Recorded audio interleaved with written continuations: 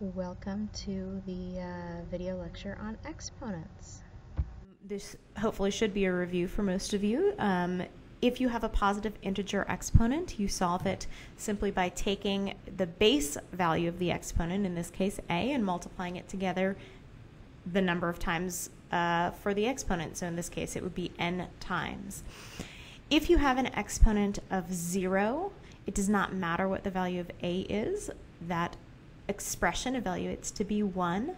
Notice the notation here, that upside down capital A is a symbol which means for all. So you would read the expression here, a raised to the 0th power equals 1 for all values of a.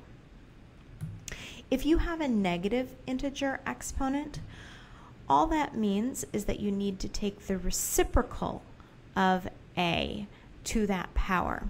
Now in this case we're acting as if a is an integer, but this is true even if a is a fraction. So for example, if you had 2/3 raised to the -2, you would take that to be 3/2 raised to the 2nd power. Finally, if you have a fraction in the exponent itself, so if you have a raised to the power n over m, what it means is you need to take the mth root of a raised to the nth power. So for example, if you have a to the 1/2, that means that you are taking the square root of a. With exponents, really the best thing to do is to practice. So we're just going to write out a few different expansions for these different examples. So 5 cubed is simply going to be 5 times 5 times 5. 5 to the 0th power is going to be 1 because anything to the 0th power is 1. 5 to the -7th power is going to be 1 over 5 to the 7th power, and 5 to the 2/3 is going to be the 3rd root of 5 squared, which is 25. -3 to the -1, don't let the negative sign on the 3 throw you off. All that's saying is you need to take -3 in the denominator. If you have -3 squared, that's the same as saying 3 squared and setting it equal to 9.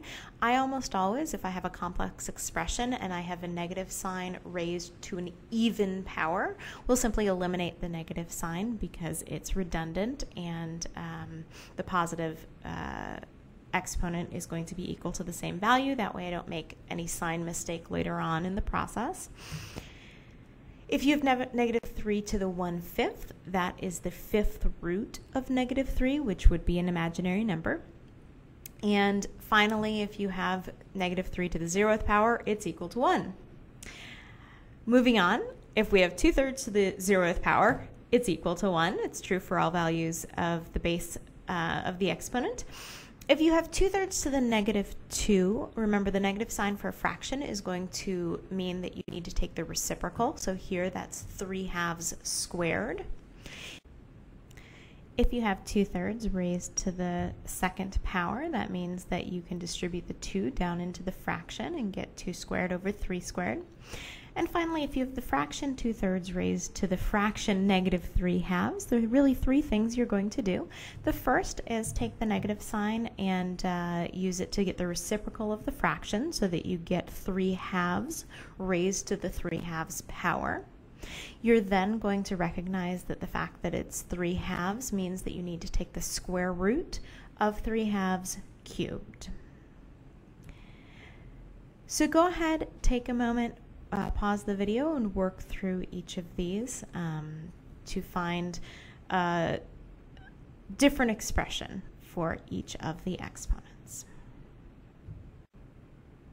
Now take a moment, just verify that the values you got when you did the problems match the values you see here.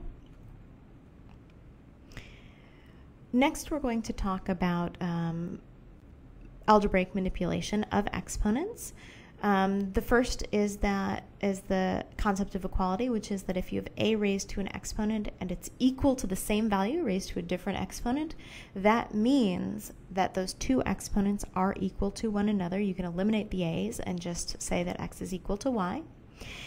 If you have two exponents multiplied together with the same base value, you can take the base value to the exponent x plus y, so adding the two exponents together. If you're dividing the same base value with two different exponents, you take that base value raised to the numerator's exponent minus the denominator's exponent.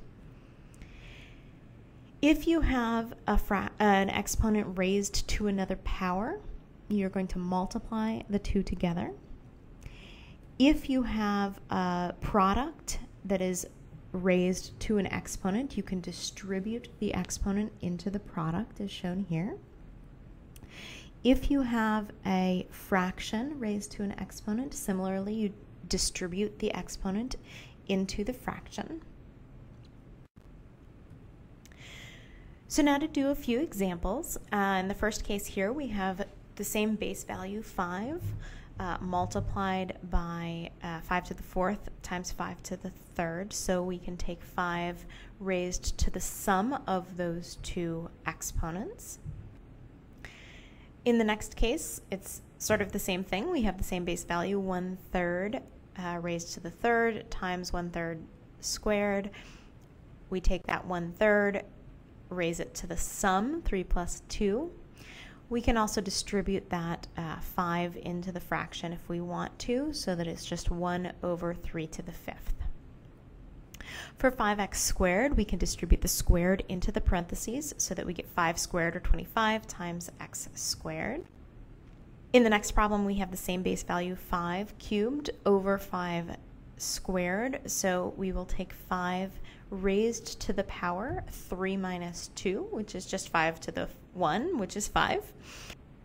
In the next problem, we see basically the same thing. We have one base value, 1/4, raised to the power 7 over 1/4 to the 2nd. To solve that, we take 1/4 raised to the power 7 minus 2, which is 1/4 to the 5th, and if we want, we can distribute that 5th into the fraction so that we get 1/4 to the 5th power. For the next problem, we have an exponent raised to another exponent. So in this case, we multiply the exponents together. We get -3 raised to 4 times 2, which is -3 raised to the 8th.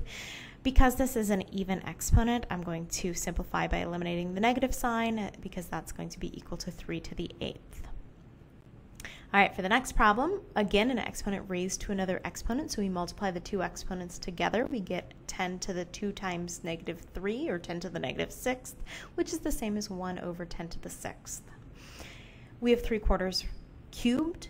We will distribute the cubed into the parentheses. We get 3 cubed over 4 cubed, which we could expand out if we wanted to. In the next problem, we have the same base value, -2, times raised to the 4th times -2 to the -3rd. Recognize that this is actually just -2 to the 4th over -2 cubed. Either way, you get -2 raised to 4 minus 3, which is -2 to the 1st power, or just -2. In the next problem, we have -3 over 2. So we'll over -3 to the 6th. So we will take -3 raised to the power 2 minus 6, or -3 raised to the -4, which is 1/3 to the 4th power. Here we have the base value 6x raised to 3 minus 8, or to the -5th. And we can rewrite that as a fraction, 1/6x to the 5th. And finally, we have 8y squared. We will distribute the squared into the parentheses to get 64y squared. It's your turn. So pause the video at this point, work through these practice problems, and then we'll come back and check your answers. And here you are. Take a moment to check your answers. And at this point, you are done. I will see you soon.